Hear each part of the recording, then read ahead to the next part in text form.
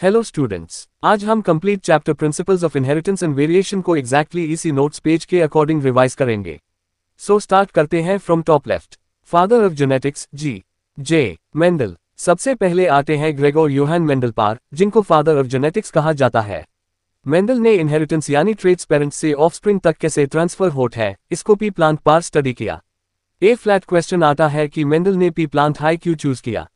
पहला रीजन था large sample size, बहुत सारे प्लांट्स एक साथ ग्रो किए जा सकते थे। Next, P plant naturally self pollinating होता है, इसलिए प्योर लाइंस मेंटेन करना इजी था। इसके बाद इसमें कंट्रास्टिंग ट्रेट्स क्लियरली विजिबल थे, जैसे टॉल और ड्वार्फ, ग्रीन और येलो। फर इसका लाइफ साइकिल शॉर्ट था, इसलिए जनरेशंस जल्दी मिल जाती थी। Character studied. मेंडल ने 7 कंट्रास्टिंग कैरेक्टर्स स्टडी किए। G means green seed, R means round seed, A means axial flower position, V means violet flower colour, I means inflated pod, T means tall plant, Y means yellow seed color। इसी को याद रखने के लिए notes में gravity लिखा हुआ है। Dihybrid cross. A flat next topic है डाइहाइब्रिड क्रॉस। यहाँ मेंडल ने 2 ट्रेट्स को एक साथ स्टडी किया। पेरेंट जनरेशन में राउंड येलो प्लांट का जेनोटाइप RRYY था और रिंकल ग्रीन प्लांट का जेनोटाइप RRYY था। इन दोनों को क्रॉस करने पर एफ जनरेशन में सारे ऑफस्प्रिंग RRYY बने और सब राउंड येलो दिखे क्योंकि राउंड और येलो डोमिनेंट ट्रेट्स है। ए फ्लैट जब एफ प्लांट्स को सेल्फ क्रॉस कराया गया, टैब एफ जनरेशन में फेमस फिनोटिपिक रेशियो मिली। 9 round yellow, 3 round green, 3 wrinkled yellow, 1 wrinkled green. इस एक्सपेरिमेंट से मेंडल ने लॉ ऑफ इंडिपेंडेंट असॉर्टमेंट दिया। Law of independent assortment. इस लॉ के अकॉर्डिंग एक कैरेक्टर के एलील्स का सेग्रीगेशन दूसरे कैरेक्टर के सेग्रीगेशन से इंडिपेंडेंट होता है।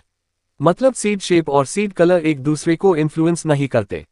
Law of segregation. A flat इसी बॉक्स में नीचे लॉ ऑफ सेग्रीगेशन दिया है। इसको law of purity of gametes भी कहते हैं। इस लॉ के अकॉर्डिंग गेमीट फॉर्मेशन के टाइम अलील पे सेपरेट हो जाता है। अगर जेनोटाइप आ है तो गेमीट्स में और अलग अलग जाएंगे, मतलब हर गेमीट के पास सिर्फ एक अलील होगा। इसी वजह से इनहेरिटेंस ऑर्डरली मैनर में होती है। Linkage and recombination. T.H. Morgan. A flat next important topic है linkage and recombination. Thomas Hunt Morgan ने ड्रोसोफिला यानी फ्रूट फ्लाई पार एक्सपेरिमेंट्स किए। लिंकेज। जब 2 जीन्स सेम क्रोमोसोम पार होते हैं और साथ इनहेरिट होने की टेंडेंसी दिखत है, उससे लिंकेज कहते हैं। जीन्स जितने क्लोज होंगे, लिंकेज उतनी स्ट्रॉन्ग होगी। रिकॉम्बिनेशन। जब क्रॉसिंग ओवर की वजह से नए जीन कॉम्बिनेशंस बनते हैं, उससे रिकॉम्बिनेशन कहते हैं। मॉर्गन के एक्सपेरिमेंट्स में क्रॉसमी पेरेंटल टाइप्स लगभग 98.7% माइल और रिकॉम्बिनेंट टाइप्स सिर्फ 1.3%।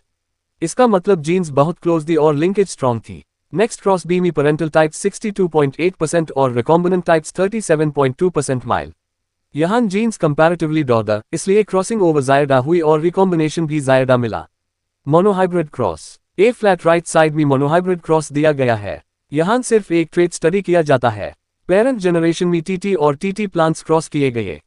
एफ जनरेशन में सब TT बने और सब टॉल दिखे। फर एफ सेल्फ क्रॉस कराया गया।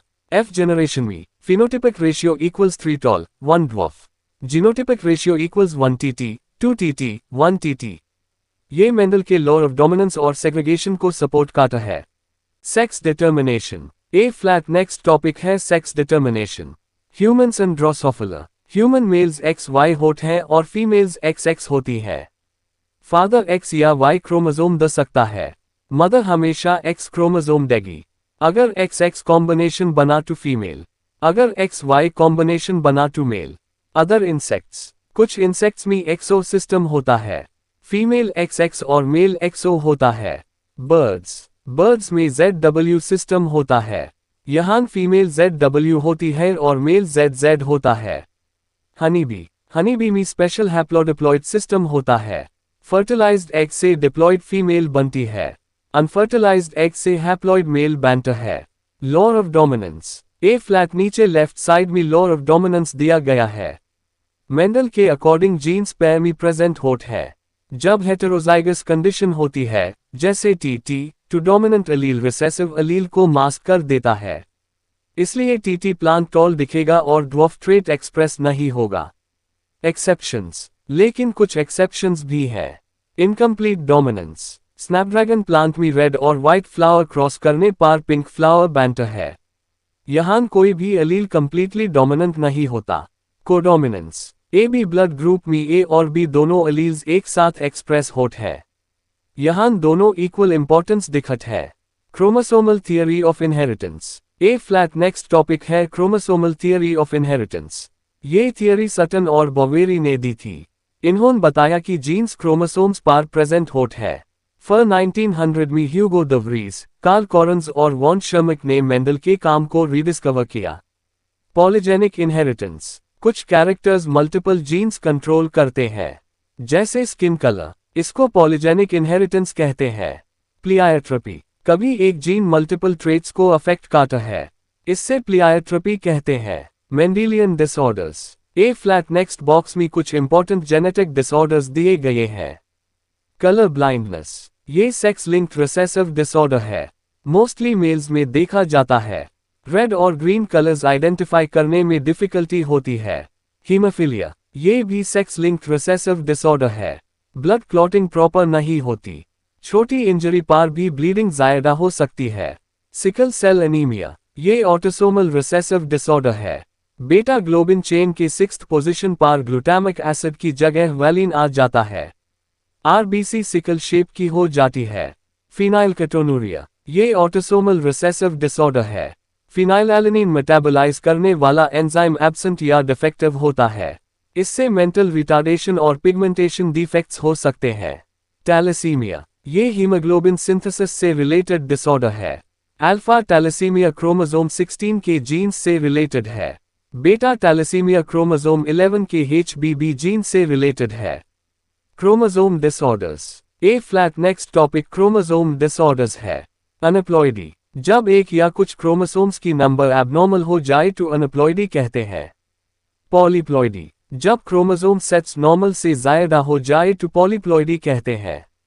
डाउन सिंड्रोम, ये 21st क्रोमोसोम की ट्राइसोमी की वजह से होता है। अफेक्टेड पर्सन में कैरेक्टरिस्टिक फेशियल फीचर्स और डेवलपमेंटल डिले देखा जा सकता है। क्लीनेफेल्टर सिंड्रोम, मेल का क्रोमोसोम पैटर्न XXY होता है, अफेक्टेड मेल्स में स्टेरिलिटी और गायनेकोमास्टिया देखी जा सकती है। टर्नर सिंड्रोम, फीमेल का क्रोमोसोम पैटर्न XO होता है, अफेक्टेड फीमेल्स में रूडिमेंटरी ओवरीज और इनफर्टिलिटी देखी जा सकती है। की टेकअवेज, ए फ्लैट फाइनली चैप्टर का क्विक रिवीजन करते हैं। पहला पॉइंट, मेंडल के लॉज जेनेटिक्स की फाउंडेशन है। नेक्स्ट, सेम क्रोमोसोम पर प्रेजेंट जीन्स लिंकेज दिखत है और क्रॉसिंग ओवर रिकॉम्बिनेशन प्रोड्यूस करता है। इसके बाद क्रोमोसोम्स जीन्स को कैरी करते हैं और सेल डिवीजन के दौरान सेग्रीगेट होते हैं।